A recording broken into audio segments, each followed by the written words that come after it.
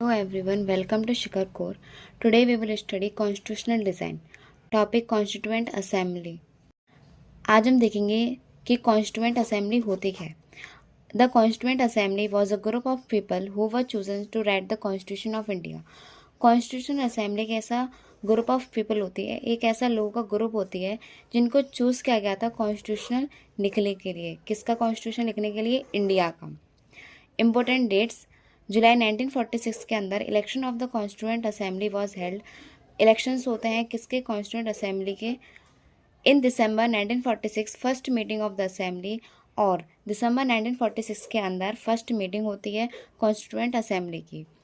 इसके बाद 1947 के अंदर पार्टीशन होता है जिसके अंदर इंडिया दो पार्ट में डिवाइड हो गया था, इंडिया एंड पाकिस्तान के अंदर, और इसके अंदर कॉन्स्टिट्यूएंट असेंबली भी डिवाइड हो गई थी. India was divided into India and Pakistan.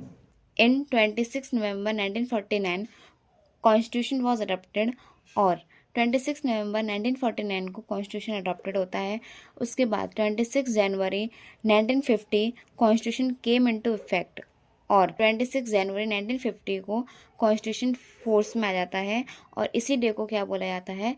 Republic day, और इसी डे को सेलिब्रेट किया जाता है as a republic day.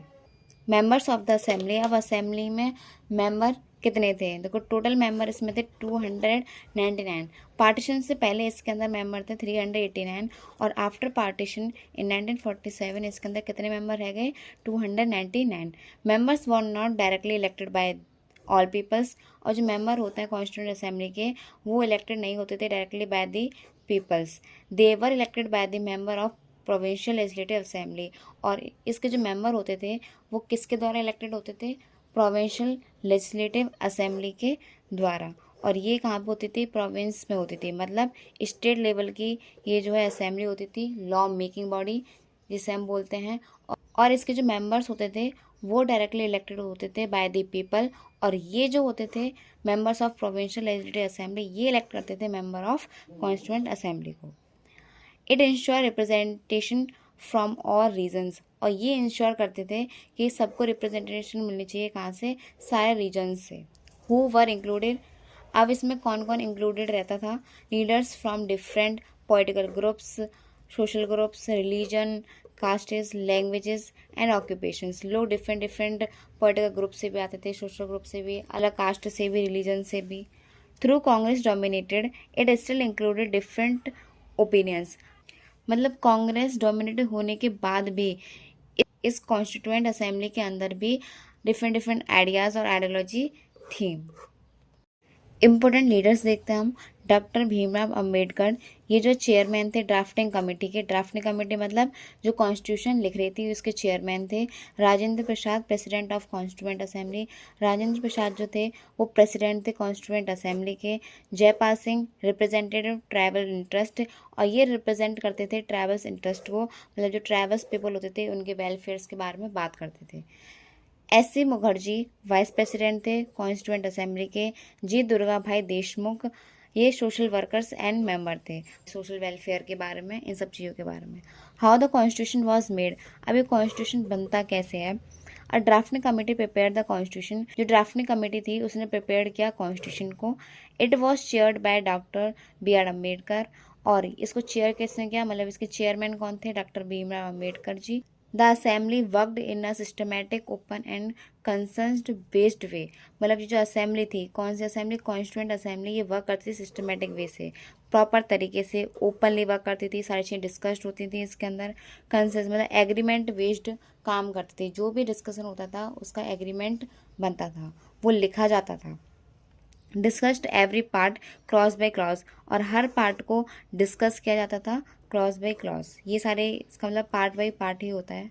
Considered more than 2000 amendments. अब जब कॉन्स्टिट्यूशन बनना था तो इसके अंदर 2000 अमेंडमेंट्स हुए थे. अभी अमेंडमेंट्स क्या होता है? मतलब 2000 चेंजेस हुए थे एग्रीमेंट के through. Took 114 days of discussion over 3 years. अब देखो इसमें जो एक्चुअली डिस्कशन हुआ था, जब सब लोगों ने बैठ के डिस्कस किया था कॉन्स्टिट्यूशंस को, ठीक है, डिबेट्स चली थी, वो चली थी एक्चुअल 114 डेज़ के लिए. और ये कॉन्स्टिट्यूशन लिखा कब तक गया था? 3 सालों तक. 3 साल में बन के कॉन्स्टिट्यूशन हमारा रेडी हुआ था. Records of discussion. अब डिस्कशन के रिकॉर्ड्स की बात करते हैं। Every discussion was written down, जो भी डिस्कशन होता था उसको लिखा जाता था। These are called constituent assembly debates, और इसको बोला जाता था कॉन्स्टिट्यूएंट असेंबली डिबेट्स। टोटल कितने वॉल्यूम थे? 12 वॉल्यूम से। वॉल्यूम का मतलब होता है each volume equals to 1 big chapter, और इसके अंदर आपके पार्ट्स होते हैं, क्लॉजेस होते हैं। दे helps us understand the meaning of the constitution, और ये जो वॉल्यूम होता है ये हेल्प करता है अंडरस्टैंड करने में कि कॉन्स्टिट्यूशन हमसे क्या कहना चाहता है। इजीली हम कॉन्स्टिट्यूशन को समझ सकते हैं बाय द वॉल्यूम से। वाई इट इज़ स्पेशल, क्यों ये स्पेशल है? No major group even rejected the constitution, मतलब कोई भी मेजर ग्रुप, कोई भी जैसे बिग पॉलिटिकल पार्टी है या फिर कोई पावरफुल पार्टी है, तो वो इसको अपोज नहीं कर सकते कॉन्स्टिट्यूशन को। इट रिफ्लेक्ट्स अ ब्रॉड सेंसर एग्रीमेंट, और इससे ये भी फ़ायदा है क्योंकि जो कॉन्स्टिट्यूशन बना है ये कई सारे लोगों ने यहाँ पे डिस्कस किया है, डिबेट चली है और एग्रीमेंट से बना है।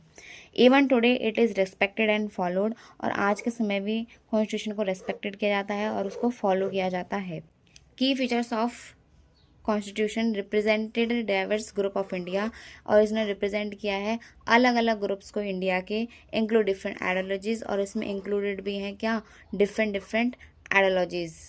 Not fully elected by people, अब इसके जो मेंबर्स होते हैं कॉन्स्टिट्यूएंट असेंबली के फुल्ली इलेक्टेड बाय पीपल नहीं होते हैं। क्यों? No universal adult franchise at the time, उस टाइम पे कोई भी यूनिवर्सल एडल्ट फ्रेंचाइज नहीं थी। वर्कड केयरफुली एंड डेमोक्रेटिकली, और इसमें जो वर्क किया गया था बहुत केयरफुली, ध्यानपूर्वक वर्क किया गया था और डेमोक्रेटिकली काम किया गया था। Created a constitution that is still valid today, और इस तरीके का कॉन्स्टिट्यूशन बनाया गया था कि वो आज के समय में भी अच्छे से काम कर रहा है। आई होप आपको ये वीडियो अच्छी लगी हो।